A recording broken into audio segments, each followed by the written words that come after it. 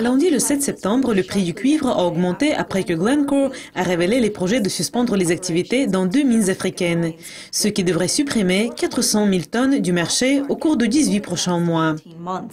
William Adams de Fast Markets me rejoint par téléphone aujourd'hui pour le discuter. William, le prix du cuivre se dirige-t-il plus haut ou c'est une augmentation à court terme?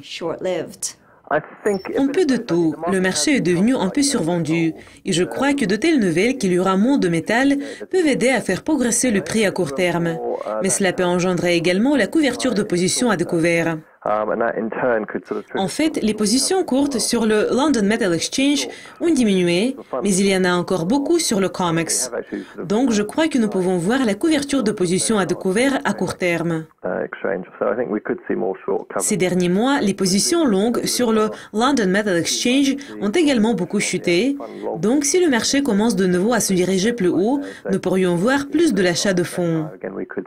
Cela veut dire qu'à ce moment, les matières premières sont en général un peu à la mode, mais cela pourrait changer si les prix commencent à augmenter.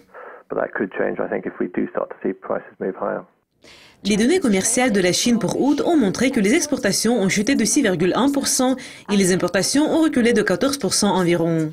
Si la demande de cuivre s'affaiblit au cours des prochains mois, va-t-on suspendre d'autres mines? Si le prix du cuivre chute au-dessous du seuil de $5 000, je pense que nous allons voir plus de réductions et les suspensions de plusieurs mines.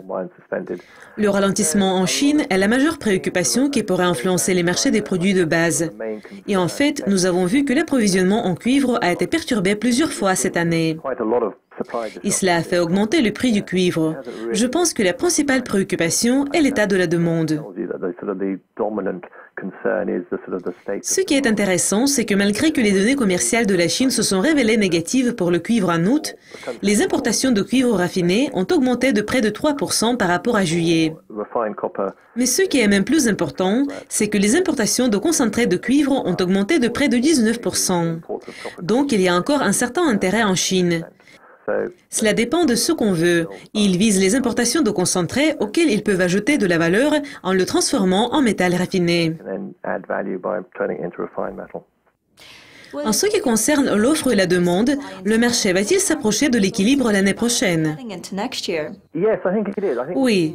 Avec des perturbations de cette année, y compris les réductions de Glencore, je pense que nous allons parvenir à une position beaucoup plus équilibrée. Et même si nous prévoyons un excédent l'année prochaine, ces réductions vont aider à équilibrer les situations. À cette époque, le facteur déterminant est l'affaiblissement de la demande. En ce qui concerne l'offre, on a déjà eu une forte réaction.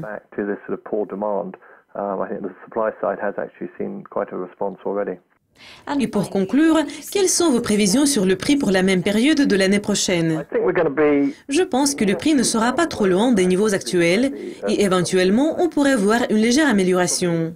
Le prix va probablement s'établir dans une fourchette comprise entre $5 000 et $5 800 au cours de 12 prochains mois. Je ne serais pas surpris si les prix restent autour de $5 500 l'année prochaine. William, merci beaucoup de votre participation. C'est tout pour le compte des matières premières d'aujourd'hui, mais restez à l'écoute de Yugascopy TV pour apprendre plus de nouvelles financières et économiques. Au revoir.